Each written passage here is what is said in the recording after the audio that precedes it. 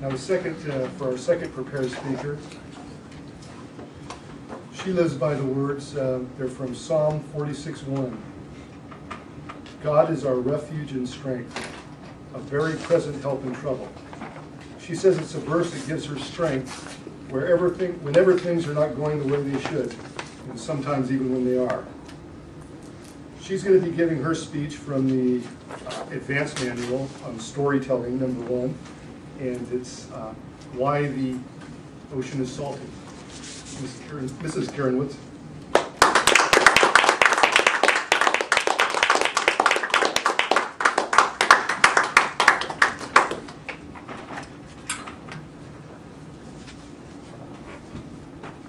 The first assignment in the storytelling manual is to do a folk tale. It's very hard to find the folk tale you want to tell when there's so many to choose from. But I chose the one entitled Hi-Sea's Millstone. And this is from the Maggie's Earth Adventures. A long time ago, there lived 2 brothers. One brother was very rich and had prolific crops and many animals that kept enough food for him and many others. The other brother was poor. He barely had enough food for his family. And the rich brother was friendly with his neighbors and he was willing to share. But he always acted as if he didn't know his brother. The rich brother was afraid that if he was nice to his brother, he might want to share his riches. However, the poor brother never asked for anything if he could help it. But on one holiday eve, the poor brother's wife came to him and said, "How are we going to celebrate this holiday? We have nothing to eat in his house. Go ask your brother for a little meat. I saw him slaughter a cow the other day, so I know he has something." The poor brother did not like the idea of having to ask for help, but his wife insisted, as you know wives can do. And there was no one else to ask. He went to visit his rich brother and said, "Please lend me some meat, brother. We have nothing to eat for our holiday." The rich brother turned and threw a cow's hoof at the poor brother and said, "Here, take it and go to Hi-See." Now in some versions, he said go to hell. The poor brother left with the hoof, thinking to himself, "He had not given the hoof to me, but Hi-See, the wood goblin. I'd better take it to him."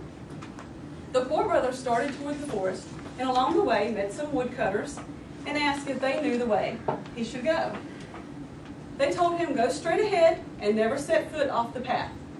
It'll bring you right to his hut, but first you must listen to us. If Hi-See tries to give you gold or silver, you must say no. You need to ask for his millstone and nothing else." The poor man thanked the woodcutters for their kindness and continued on their way. No one is sure how long he walked, but after a while, he eventually came to the hut of Hi-See, the wood goblin. Hi-See looked at the stranger and said, "What have you brought for me?" The poor brother held out the cow's hoof. The goblin was overjoyed. He had not eaten meat in 30 years. He gratefully ate the cow's hoof whole. "Now I would like to give you something in return for your gift," he said. Here's 2 handfuls of silver." The poor man said, "I don't want any silver." Hi-See then took out his gold and offered the man 2 handfuls. "I do not want any gold," said the poor man.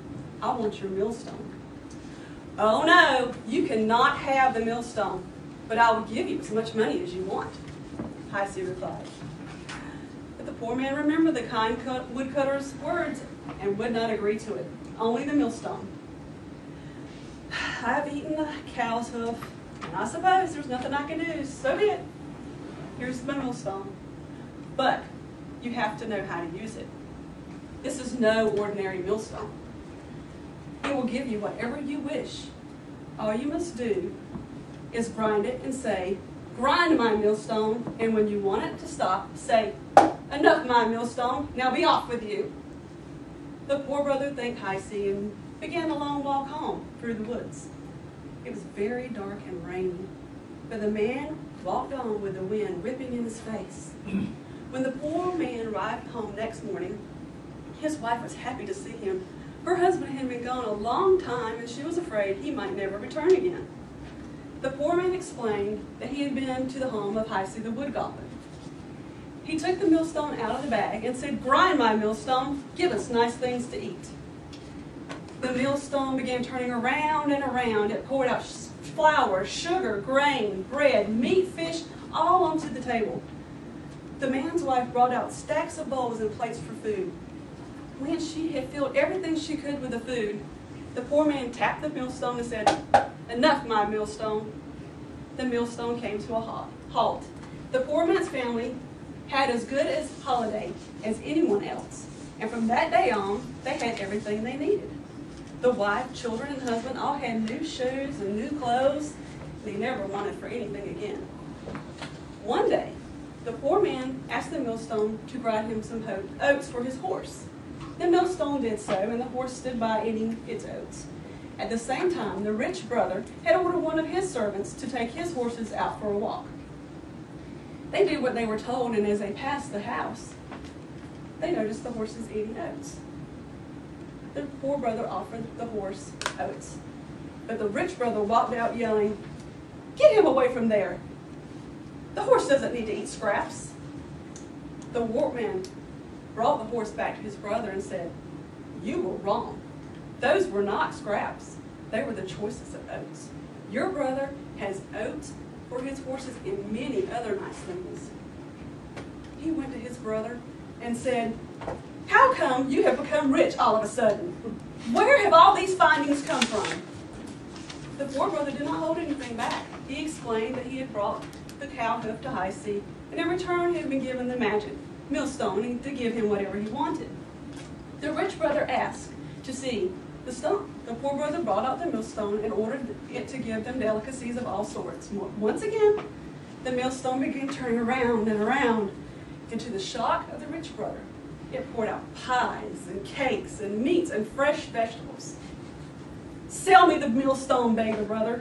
"Name your price, sell it to me." "It's not for sale," said the poor brother. But the rich brother would not stop begging for him. He's like, "You've got to give it to me." So instead of fighting the brother, he let the brother borrow the millstone for a short time. The rich brother was delighted. He ran home with the millstone without even asking how to turn it off when he was done.